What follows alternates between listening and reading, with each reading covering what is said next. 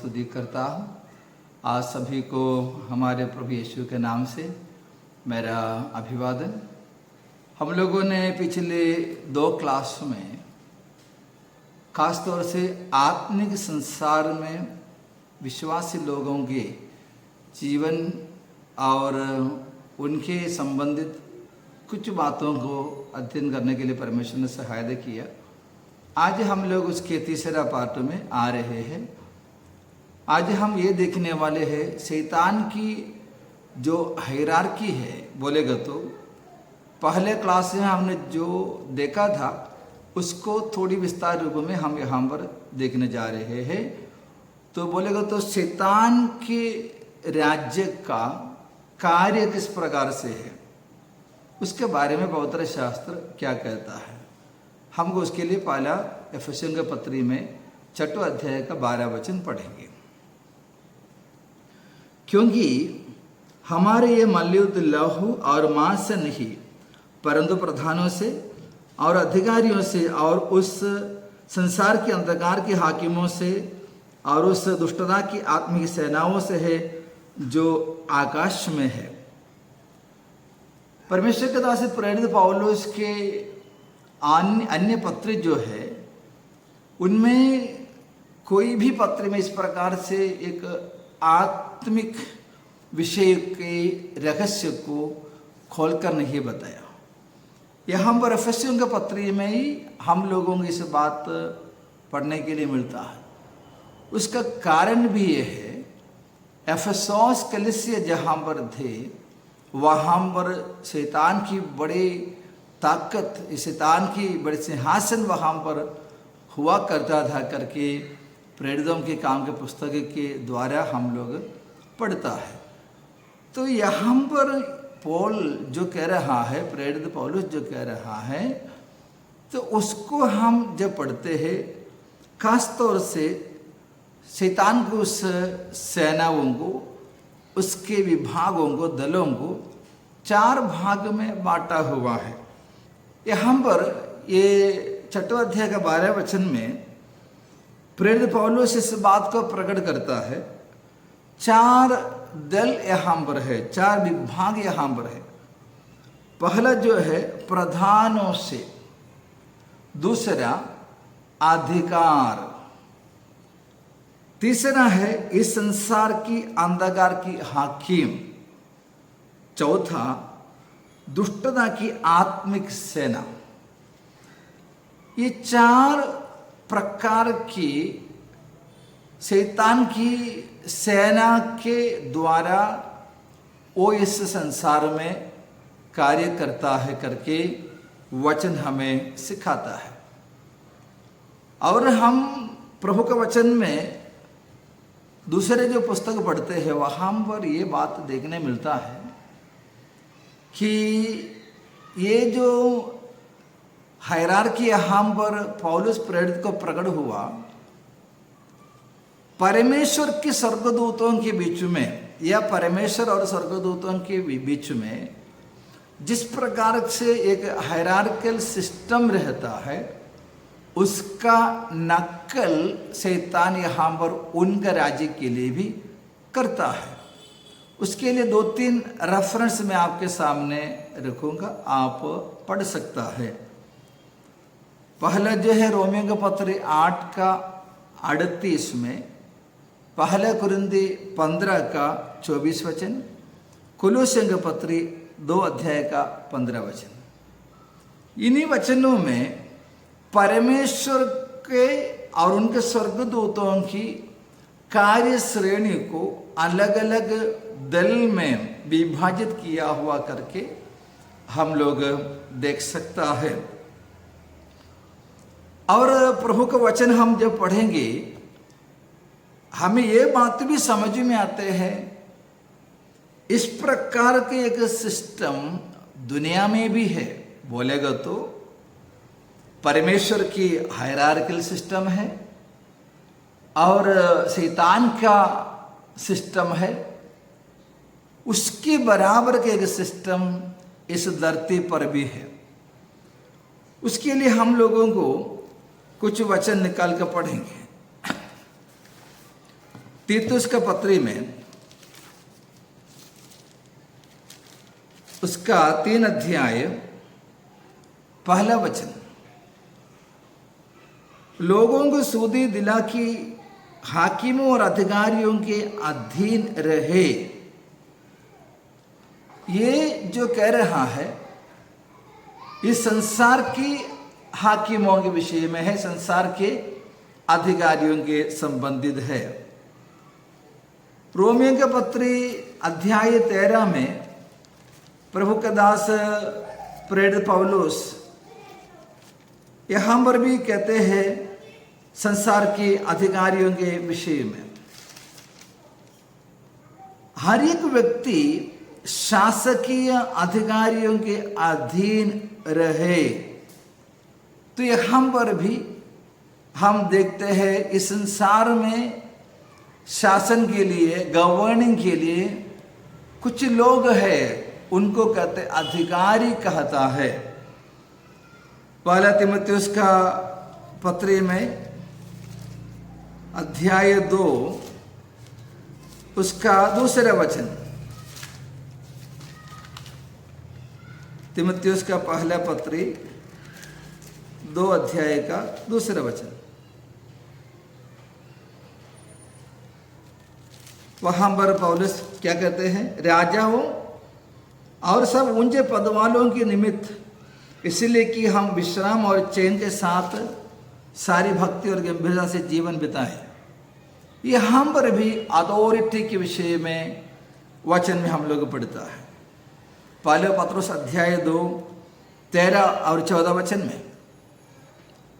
और स्वर्ग में या परमेश्वर के विषय में हम लोग देखते हैं, उसके लिए हम लोगों को कुलुस्सियों के पत्र निकालेंगे। कुलुस्सियों का पत्री में 1 अध्याय 16 वचन हम लोगों को पहले पढ़ेंगे। कोलेशियन चैप्टर 1 वर्स 16।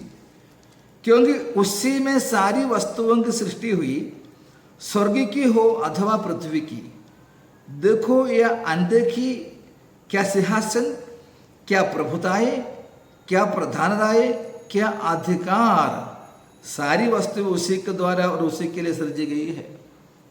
यहां पर स्वर्ग के वो सिस्टम जो है उसके बारे में लिखा है। इसी में कुलुस्सियों का पत्र 2 अध्याय में 10 वचन में, तुम उसी में भरपूर हो गए हो जो सारी प्रधानता और अधिकार का शिरोमणि है। और भी वचन है एफेसियों के पत्री में 3 का 10 और 11 में भी है। अभी हम लोगों ने एफेसियों के पत्र 4 अध्याय के 12 वचन में शैतान की हायरार्की सिस्टम को देखा है। ये 4 अध्याय के 12 वचन के आधार पर हम लोगों को परमेश्वर के दास पौलुस के द्वारा परमेश्वर ने ये बात को प्रकट करके देता है। एक विश्वासी जो है, यीशु मसीह पर विश्वास करने वाले एक व्यक्ति जो है,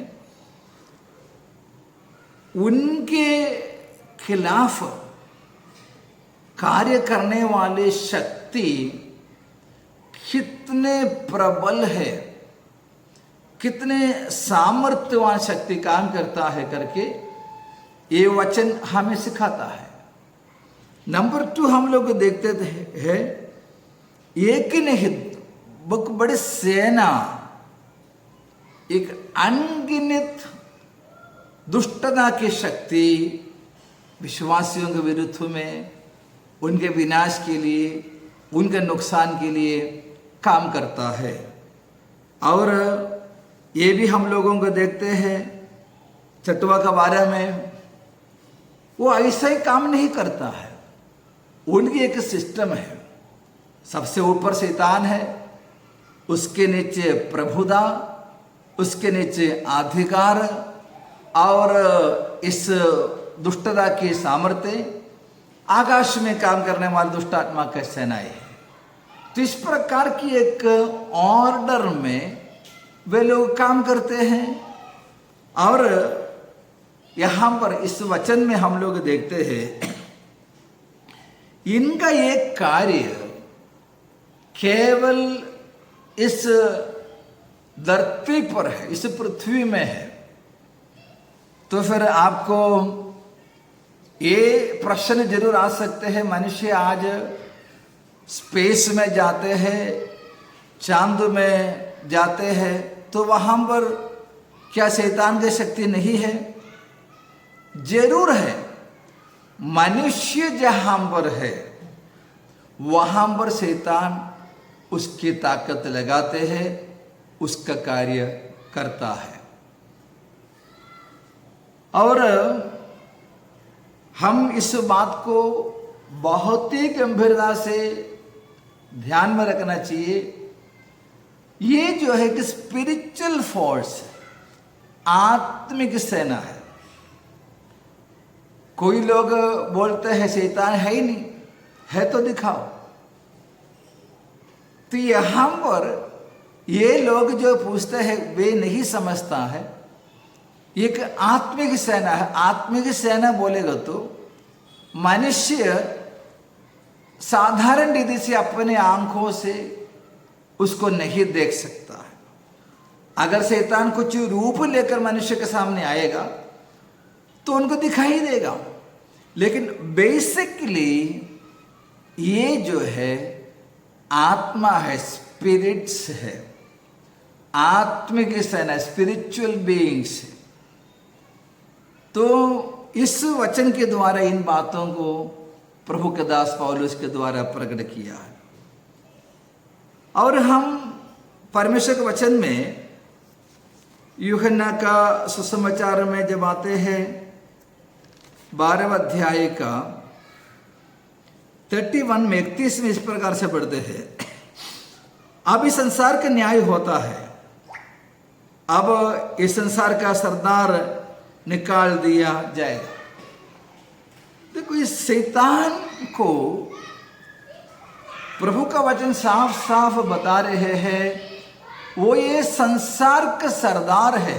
फिलहाल ये संसार बोलेगा तो यहाँ के मट्टी के बारे में नहीं कहता हूँ, यहाँ के सिस्टम, यहाँ का मनुष्य जो भी इस्तेमाल करते हैं, वो मनुष्य जिसमें जुड़े हुए हैं, वो सिस्टम का सरदार शैतान है।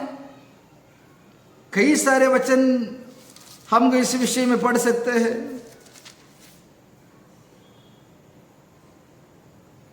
इसमें यूहन्ना का 14 का 30 में, मैं अब तुम्हारे साथ और बहुत बातें न करूंगा क्योंकि इस संसार का सरदार आता है। सरदार आता है, वहां पर एक भविष्यवाणी भी है। अब देखो 16 का 11 में न्याय के विषय में, इसलिए कि संसार का सरदार दोषी ठहराया गया है। तो इन सारे वचनों में संसार के ईश्वर, संसार का सरदार लिखा है। इसीलिए हमारे प्रभु यीशु मसीह का 40 दिन का उपवास जब खत्म हुआ, शैतान यीशु के सामने आकर सारे संसार को दिखाकर कहा, ये सब कुछ मेरे पास है, सौंपा हुआ है, अगर तुम मुझे दंडवत करोगे मैं तुम्हें दूंगा। उनका वादा था। तो इस बातों से, इन वचनों से हम क्या समझना चाहिए? हम रहने वाले इस धरती का सारे सिस्टम में, सब जगह में शैतान की कार्य क्षेत्र है।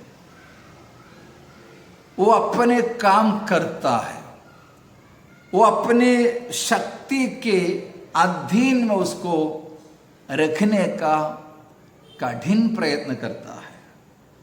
तो उसके बीच में एक विश्वासी जो शैतान की जाल से छूटकर यीशु मसीहा के लिए जी रहा है। अभी हमको इस बात समझ में आया है, मुझे ऐसे लग रहा है आपको इस बात समझ में आया होगा। उनका सिस्टम है और उनका सिस्टम कितने सामर्थ्यवान है, और वो सिस्टम कहाँ कहाँ पर वो इस्तेमाल कर रहा है, इंस्टॉल किया हुआ है सारी पृथ्वी पर। इसीलिए हमें बहुत ही गंभीरता से हमारी आत्मिक जीवन जीना होगा। यदि प्रभु हमें सहायता करोगे, इसका आगे जो है उसके कार्य, उसका काम किस प्रकार से है, उसके विषय में हम अगले क्लास में पढ़ेंगे। प्रभु सबको आशीष करें।